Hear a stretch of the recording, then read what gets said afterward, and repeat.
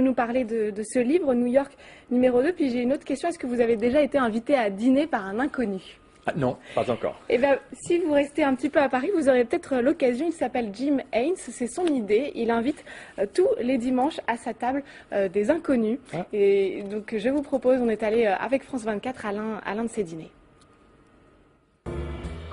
À Paris, dans le 14e arrondissement, au fond de cette petite allée discrète, se cache un atelier un peu particulier. Jim speaking.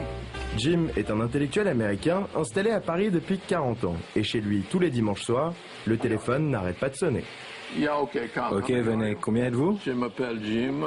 Je fais les bouffes ici chaque dimanche soir depuis 30 ans pour un mélange des êtres humains, toute nationalité, tout âge, toute profession. La particularité du dîner de Jim, c'est que tout le monde peut s'y inviter, mais il faut s'inscrire à l'avance. Here's the list. Donc ça, c'est la liste. Ceux qui sont notés en rouge sont ceux qui ont appelé pour reconfirmer. And reconfirmed. Le concept est convivial et participatif. D'ailleurs, Jim ne fait pas tout seul.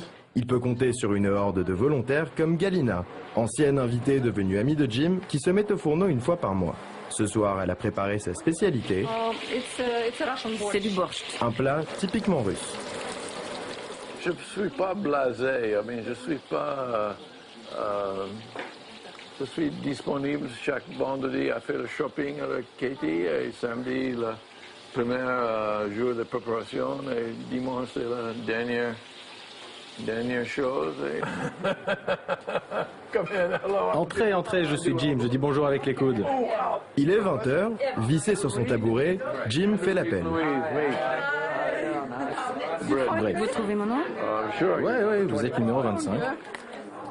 Chaque invité doit pointer et remettre une petite contribution financière. Le vin est par là-bas, sinon le bar est derrière vous et il y a aussi de la vodka polonaise sur la table. 10 minutes plus tôt, personne ne se connaissait et pourtant, on se croirait dans une réunion de vieux copains. Vous venez d'où? New York. Moi, je viens d'Oslo.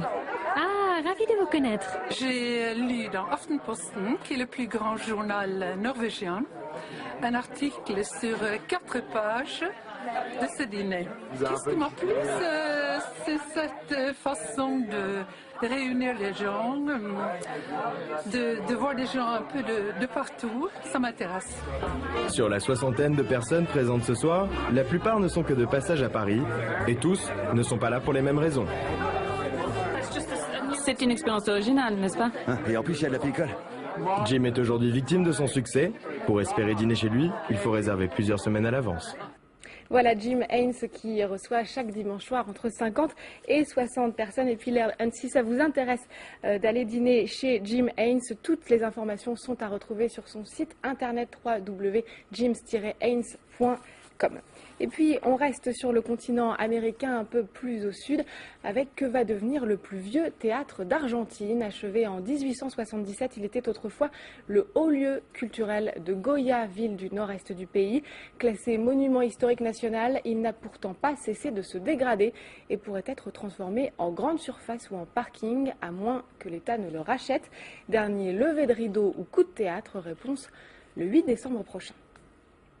Voilà, c'est la fin de ce journal de la culture. Merci à tous de l'avoir suivi. Restez avec nous sur France 24.